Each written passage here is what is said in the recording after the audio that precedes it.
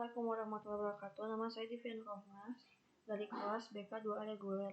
Di sini saya akan mereview webinar yang berjudul Pembelajaran Kolaboratif dalam Kurikulum Merdeka. Jadi pada dasarnya semua kurikulum relatif itu sama, yang berbeda hanyalah cara mengajar atau mengimplementasikan kurikulum tersebut.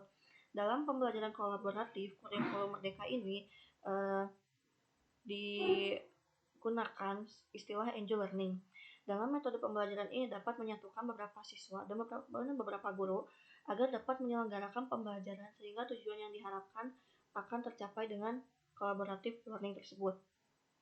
Jadi, menurut webinar ini, salah satu pendekatan atau metode belajar yang memungkinkan untuk implementasi kurikulum Merdeka dengan baik adalah kolaboratif learning tersebut.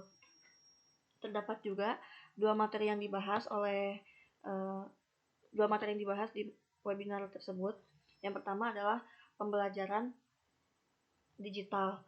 Pembelajaran digital ini terdiri dari email, Google Meet, Google Drive, Google Classroom sebagai fasilitatornya, sebagai medianya. Namun terdapat beberapa kelebihan dari media tersebut, seperti email. Kelebihannya bebas iklan, lebih aman update informasi akan belajar. Google Meet, kelebihannya tanpa batas waktu, terintegrasi dengan Google Meet dan chat. Google Drive, kelebihannya terdapat fitur share drive atau drive bersama. Sedangkan Google Classroom memiliki kelebihannya dapat mengimpor nilai, ujian mudah terkunci, dan wali murid dapat mengakses ke Canva for Edu, sehingga wali murid yang suka membuat desain di aplikasi Canva bisa menggunakan fitur ini secara gratis. Mengingat salah satu tantangan yang dihadapi oleh pengajar adalah menyusun pembelajaran menarik. Selain itu, terdapat pula tantangan lain yang dihadapi oleh pengajar, yaitu memadukan pembelajaran digital dan pembelajaran tatap muka. Bagaimana agar keduanya itu dapat menjadi efektif dan efisien. Begitu. Namun di samping itu ada pula tantangan yang dihadapi untuk pengajar maupun siswanya sendiri, yaitu ketika mereka memiliki perangkat yang kurang memadai. Di webinar tersebut juga dibahas tips pembelajaran digital, yaitu percaya pada potensi anak, jangan ragu jika bisa nggak ya anak saya, bisa nggak ya di sekolah saya seperti itu. Yang kedua, jangan takut perangkat rusak, baik itu laptop atau HP, agar anak-anak yang diberikan pembelajaran digital ini berani untuk mengeksplor apa yang ada di hadapannya. Pada materi pertama ini terdapat sesi tanya jawab. Ada 2 pertanyaan. Yang pertama, dulu Google Drive tidak ada batasan, namun sekarang ada batasan 100 GB. Gimana ya? Maka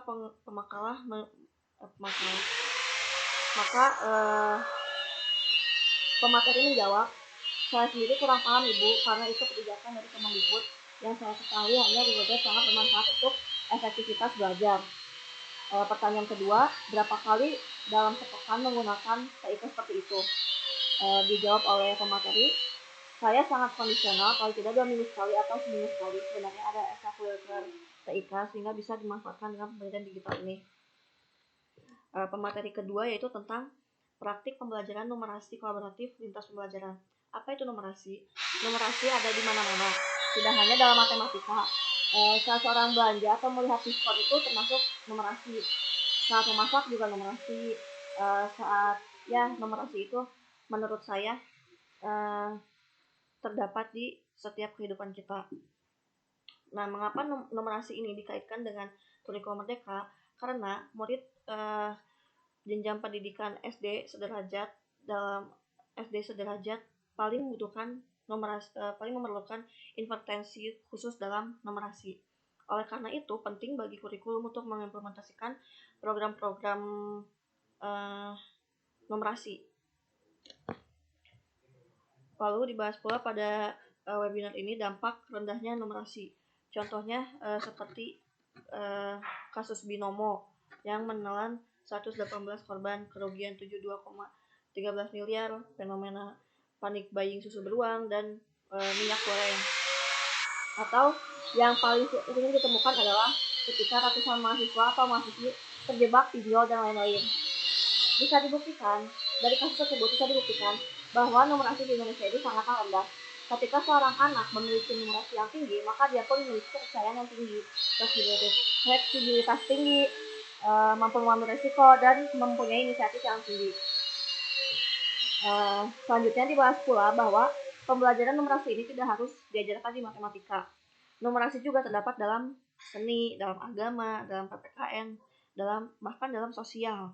Numerasi dalam seni, contohnya dalam membuat desain kaleng yang terkait dengan bangun ruang tabung. Dalam bangun ruang tabung itu kan membutuhkan perhitungan. Lalu numerasi dalam SPBD, yaitu ketika kita membuat pola dalam membuat desain, itu kan memerlukan hitungan juga. Numerasi dalam agama, yaitu ketika belajar kalender hijriah, menghitung zakat dalam sholat rakaat, itu semua ada hitungannya. Selanjutnya numerasi dalam PKN, yaitu dalam melipat pakaian dengan simetri, itu juga memerlukan perhitungan. Selanjutnya numerasi dalam ilmu sosial, contohnya ketika kita meneliti sungai yang mengalir dan membuat perahu kertas, lalu perahu kertas itu dialirkan dalam sungai, lalu menghitung kecepatan aliran sungai itu dengan laju kecepatan perahu kertas itu juga memerlukan perhitungan.